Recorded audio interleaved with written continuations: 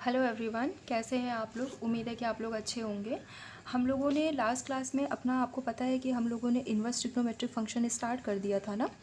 Inverse trigonometric function हम लोगों ने स्टार्ट किया था, जिसमें मैंने आपको साइन इन्वर्स एक्स की कहानी थोड़ी सी बताई थी कि साइन इन्वर्स एक्स हमारे पास किस तरीके से रोल प्ले करता है, कब हमारे पास फंक्शन एग्जिस्ट करता है, कब नहीं करता है ना। तो आज मैं क्या करती हूँ, आपको मैं डोमेन और इसकी रेंज बता देती हूँ साइन इन्वर्स एक्स की, फिर मैं क्या करूँगी, क्वेश्चन सॉल्व करते हैं इस पर। तो जो साइन इन्वर्स एक्स होता है उसका जो हमारे पास डोमेन होता है वो क्या होता है, -1 से लेकर के 1 में होता है, और जो रेंज होती है वो हमारे पास -π/2 से π/2 में होती है। अब ये आता कैसे है, इसके जस्ट प्रीवियस वाला लेक्चर था, उसमें मैंने साइन इन्वर्स एक्स की सारी स्टोरी समझाई है कि साइन इन्वर्स एक्स हमारे पास एग्जिस्ट कब करता है, कब हम कहेंगे कि हमारे पास यहाँ पे इन्वर्स ट्रिग्नोमेट्रिक फंक्शन एग्जिस्ट कर रहा है। ठीक है, तो जिसने भी, अगर किसी को कन्फ्यूज़न हो इस वाली क्लास में, तो आप प्रीवियस वाली क्लास देख लेना। तो आज हम लोग क्या करते हैं कि साइन इन्वर्स एक्स का जो डोमेन होता है वो -1 से लेकर के 1 में होता है, और जो रेंज होता है वो -π/2 से लेकर के π/2 में होता है। ठीक है, तो ये हमारे पास क्या होता है कि जो भी हम क्वेश्चन सॉल्व करेंगे तो उसमें उसका आंसर हमारे पास किस में जाना चाहिए, -π/2 से π/2 में जाना चाहिए। जैसे मैं आपसे कोई क्वेश्चन कहूँ, जैसे मैंने आपसे कहा कि हमको फाइंड द प्रिंसिपल वैल्यू निकालनी है। अब प्रिंसिपल वैल्यू क्या होता है, हमारे पास प्रिंसिपल वैल्यू बोलो या फिर आप क्या कहते हैं स्टैंडर्ड वैल्यू बोलो। प्रिंसिपल वैल्यू और स्टैंडर्ड वैल्यू हमारे पास दोनों में सेम होती है। और क्वेश्चन हमारे पास क्या है, क्वेश्चन कह रहा है कि जो साइन इन्वर्स है और ब्रैकेट में हमारे पास कहा जा रहा है √3/2 पे। ठीक है, साइन इन्वर्स √3/2 की हमको प्रिंसिपल वैल्यू निकालनी है। देखिए, अब हमको याद होनी चाहिए कि ट्रिग्नोमेट्रिक की सारी वैल्यूज़ हमारे पास क्या क्या होती हैं। अगर वो भी नहीं याद है तो आपको मेरे ही चैनल में आपको शॉर्ट्स में ये मैंने ट्रिग्नोमेट्रिक की सारी वैल्यूज़ एक जगह कंबाइन करके लिखी हुई है, आप उसको देख लेना। तो साइन इन्वर्स √3/2 है। √3/2 हमारे पास, इसको अगर हम लोग क्लास 12th में होते तो हम लोग इसको सॉल्व करके करते, पर हमको ये कंपटीशन के लिए देना है तो हमको क्या करना होगा कि बस सीधा हमको इसका आंसर लिखना है। तो √3/2 हमारे पास कहाँ पे होता है, जब हमारे पास जो थीटा होता है वो 60 डिग्री होना चाहिए। साइन 60 की वैल्यू √3/2 होती है, तो थीटा हमारे पास 60 डिग्री हो गया। अब 60 डिग्री हम कैसे लिखते हैं, 60 डिग्री हम लिखते हैं π/3 में, ये होता है इसका रेडियन फॉर्म।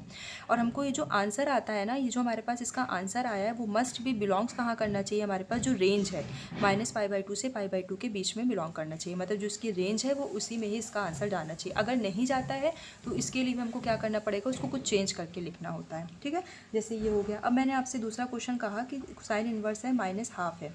ठीक है, अब हमको पता होना चाहिए कि -½ कहाँ पे होता है। -½ हमारे पास जो थीटा होता है वो 30 डिग्री पे होता है, और 30 डिग्री को आप क्या लिखते हो, π/6 लिखते हो। और π/6 आपको पता है कहाँ जा रहा है, उसकी रेंज में, मतलब -π/2 से लेकर के इसकी π/2 में जा रहा है। तो इसका आंसर हमारे पास कितना हो जाएगा, π/6 हो जाएगा। और ये माइनस है तो इसलिए यहाँ पे माइनस लगा देंगे। ठीक है, अब जैसे मैंने आपसे कहा कि मुझे आप सिंपल से इसका आंसर बता दो कि साइन इन्वर्स हाफ कितना होता है। तो साइन इन्वर्स हाफ बस क्या है, जैसे हमने यहाँ पे -½ है तो -π/6 कर दिया।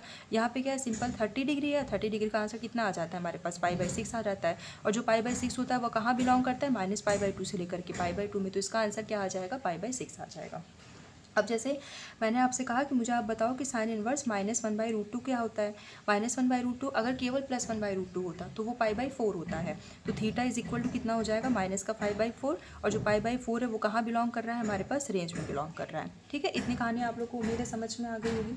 अब जैसे मैंने क्वेश्चन का थोड़ा सा पैटर्न चेंज किया, जैसे मैंने कहा कि यहाँ पे साइन इन्वर्स है, ब्रैकेट में हमारे पास कॉस है, फिर हमारे पास क्या है, साइन इन्वर्स है, और फिर उसके बाद क्या है, हमारे पास माइनस का √3/2 है। ठीक है, मैंने क्या किया, क्वेश्चन का थोड़ा सा पैटर्न चेंज किया। अब इसको देखो कैसे सॉल्व करते हैं। सबसे पहले हम क्या करेंगे, इस वाले ब्रैकेट को सॉल्व करेंगे, फिर इसका जो रिजल्टेंट आएगा वो इसके साथ लगाएंगे, और फिर जो इसका रिजल्टेंट आएगा वो इसके साथ लगा देंगे। ठीक है, तो अब देखिए यहाँ पे हमने क्या किया, साइन इन्वर्स लगाया, ये हमारे पास कॉस था, और साइन इन्वर्स -√3/2 हमारे पास कितना होता है, माइनस का π/3 पे होता है, क्योंकि 60 डिग्री पे होता है, तो ये हो जाएगा माइनस का π/3 हो जाएगा। अब आपको तो ये बात तो पता है ना कि जो हमारे पास कॉस ऑफ माइनस थीटा होता है वो हमारे पास प्लस का कॉस थीटा कर देता है, मतलब ये जो अपने अंदर का नेगेटिव होता है वो खा लेता है। ठीक है, तो ये कॉस ऑफ -π/3 प्लस का कॉस π/3 हो जाएगा, मतलब ये क्या हो जाएगा, हमारे पास साइन इन्वर्स कॉस π/3 हो जाएगा। ठीक है, कॉस π/3 हमारे पास 60 डिग्री होती है, साइन इन्वर्स 60 डिग्री की हमारे पास कॉस 60 की वैल्यू हमारे पास कितनी होती है, 1/2 होती है। अगर किसी को इसके वैल्यूज़ में दिक्कत हो रही है तो मेरे ही चैनल में, मेरे ही शॉर्ट्स में अभी 1-2 दिन पहले ही अपलोड किया, आप उसको ज़रूर से ज़रूर देख लीजिएगा। अब साइन इन्वर्स हाफ है, हाफ हमारे पास कहाँ होता है, जब हमारे पास थीटा कितना होता है, 30 डिग्री होता है। 30 डिग्री का मतलब कितना होना चाहिए, π/6 होना चाहिए। तो इसका करेक्ट आंसर कितना आ जाएगा, π/6 आ जाएगा। आई होप इतनी कहानी समझ में आई होगी। ठीक है, अब क्वेश्चन का हम थोड़ा सा टाइप चेंज करते हैं। क्वेश्चन का टाइप, जैसे मैंने आपसे कहा कि हमको डोमेन निकालना है। किसका डोमेन निकालना है? जैसे हमने फंक्शन दे दिया है sign inverse of 2x minus 3 का, हमें क्या करना है? इसका डोमेन निकालना है। अब देखिए डोमेन का मतलब क्या है कि साइन इनवर्स का हमको डोमेन निकालना है। डोमेन कहाँ लाई करता है साइन इनवर्स इसका? -1 से लेकर के 1 के बीच में लाई करता है। तो हम कुछ भी नहीं करेंगे, हम चुपचाप करेंगे -1 is less than equal to, हम करेंगे यहाँ पे sine inverse 2x minus 3 is less than equal to 1। ठीक है, अब साइन इनवर्स एक्स का ही डोमेन -1 से 1 होता है ना, तो अगर हम यहाँ से साइन इनवर्स हटा देंगे तो कोई दिक्कत तो है नहीं। तो यहाँ 2x माइनस का 3 which is less than equal to 1 कर देंगे। हाँ, यहाँ पे हमको x की वैल्यू चाहिए, 3 एक्स्ट्रा है, 3 इस साइड ले आएंगे तो माइनस का 1 इधर प्लस का 3 कर देंगे, इस less than equal to 2x इस लेस दैन इक्वल टू 1 इधर प्लस का 3 हो जाएगा। ये कितना हो जाएगा आपका 2 हो जाएगा, इस लेस दैन 2x, ये कितना हो जाएगा आपका 4 हो जाएगा। हमको वैल्यू किसकी चाहिए? हमको वैल्यू चाहिए ओनली x की। ठीक है, यहाँ पे हमारे पास किसकी वैल्यू आ रही है? 2x की आ रही है। तो हम क्या करेंगे? दोनों तरफ 2 से डिवाइड कर देंगे, तो यहाँ क्या आ जाएगा 1 which is less than x is less than equal to 2। तो इसका जो हमारे पास डोमेन निकल के आया, इसका आंसर कितना आ जाएगा? क्लोज इंटरवल 1 से लेकर के 2, ये इसका आंसर आ जाएगा। ठीक है, इतनी बात समझ में आ गई होगी उम्मीद है। चलिए नेक्स्ट क्वेश्चन देखते हैं। हमें डोमेन निकालना है और फंक्शन हमारे पास क्या है? F of x which is equal to sine inverse of minus x का स्क्वायर है। ठीक है, जैसे इसमें निकाला था वैसे ही इसमें भी निकालेंगे। तो ये भी हमारे पास किसके बीच में लाई करेगा? -1 which is less than equal to, ये हो जाएगा माइनस का x square is less than equal to 1। अब स्क्वायरिंग है, दोनों तरफ स्क्वायर हटा देंगे तो यहाँ पे जो वैल्यू हो जाएगी वो क्या हो जाएगी? 1 विच इज़ पहले माइनस से हटाएंगे, पहले माइनस हटाएंगे तो 1 which is greater than equal to x square is less than equal to -1। अब जब हम माइनस हटाते हैं ना तो हमारे पास जो लीनियर इक्वालिटी होती है वो हमारे पास क्या होती है? चेंज हो जाती है। ठीक है, तो अब ये इस तरीके से -1 is less than equal to x square is less than equal to 1। अब एक्स की वैल्यू चाहिए, एक्स स्क्वायर है तो हम क्या करेंगे? पूरे में स्क्वायर हटा देंगे तो यहाँ क्या हो जाएगा? 0 is less than equal to x is less than equal to 1। देखिए यहाँ पे हमारे पास क्या हुआ कि एक्स स्क्वायर किया तो वो हमारे पास -1 से लेकर, थोड़ी पीछे से आवाज़ आ रही होगी ना, आप उसको थोड़ा इग्नोर करना, वॉइस थोड़ी हाई कर लेना। ठीक है, अब देखिए हमारे पास यहाँ पे क्या है? -1 है और यहाँ पे क्या है? 1 है। बीच में हमारे पास क्या आता है? 0 आता है। जब हम किसी नेगेटिव नंबर का हम स्क्वायर करते हैं तो हमको पॉजिटिव मिलता है, मतलब 1 which is less than equal to x square is less than equal to 1। कोई नंबर का स्क्वायर है वो 1 से हमारे पास छोटा है और 1 से हमारे पास बड़ा है, ऐसा तो हो नहीं सकता। या तो वो हमारे पास बड़ा होना चाहिए या तो वो हमारे पास छोटा होना चाहिए, दो कंडीशन हमारे पास पॉसिबल नहीं है। तो हम क्या करते हैं? जो -1 वाला होता है इसको स्क्वायर करने पर हमारे पास जो इधर छोटा वाला होता है उसको हम नंबर लाइन पर 0 मान लेते हैं। तो यहाँ पे 0 is less than equal to x is less than equal to 1। तो इस फंक्शन का हमारे पास डोमेन क्या आ जाएगा? क्लोज इंटरवल 0 से लेकर के 1 आ जाएगा। ठीक है, उम्मीद है कि ये कहानी आपको समझ में आई होगी। नेक्स्ट क्वेश्चन देखिए, जैसे हमको डोमेन निकालना है और हमारे पास फंक्शन क्या है? F of x which is equal to sine inverse x है प्लस का कॉस एक्स है। ठीक है, अब हमें इसका डोमेन निकालना है। डोमेन के लिए आपको पता है कि जो साइन इनवर्स एक्स की कहानी होती है वो -1 से लेकर के 1 में भी होती है ना, डोमेन -1 से लेकर के 1 में होता है।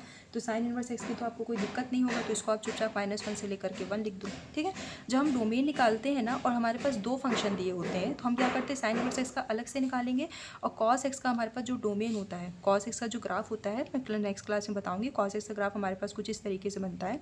तो ये पूरा इसका डोमेन पूरे रियल नंबर में वैलिड होता है। जो डोमेन होता है वो हमारे पास एक्स एक्सिस को बताता है और जो हमारे पास एक्स एक्सिस डोमेन रिप्रेजेंट करती है। अगर हमें किसी फंक्शन का रेंज निकालना होता है तो वो, या फिर इसका को डोमेन निकालना होता है, वो हमारे पास वाई एक्सिस रिप्रेजेंट करती है। ठीक है, तो इसका जो डोमेन होता है वो हमारे पास पूरा एक्स एक्सिस में डिफाइंड होता है।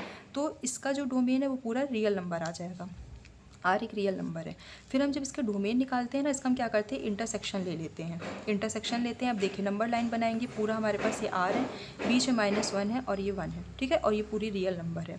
हमको इंटरसेक्शन लेना है। इंटरसेक्शन का मतलब हमको कॉमन पार्ट उठाना है। अब आप पूरा रियल नंबर उठाओगे तो इधर वाले भी पॉइंट आएंगे, इधर वाले भी पॉइंट आएंगे।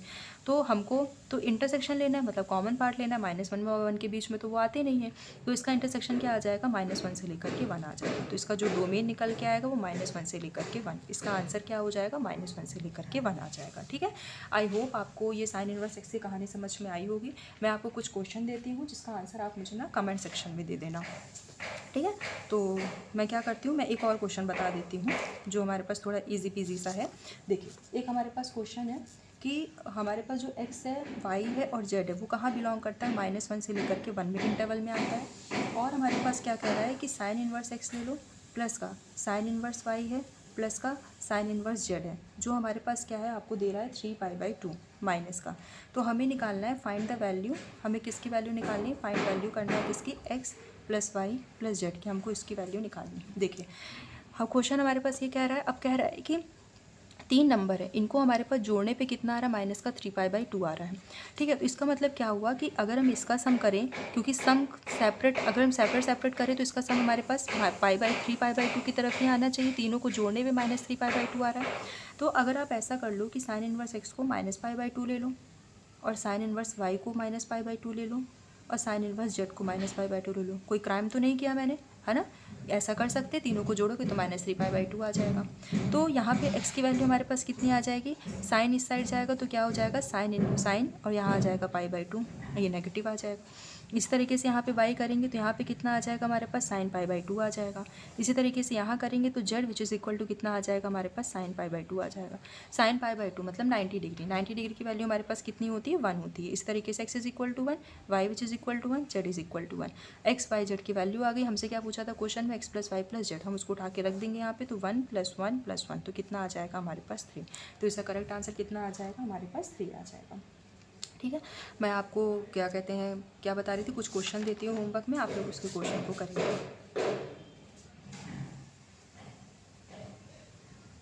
ठीक है, क्वेश्चन हमको क्या कह रहा है, पहला है कि हमें वैल्यू निकालनी है साइन इनवर्स cos 2π/3 की।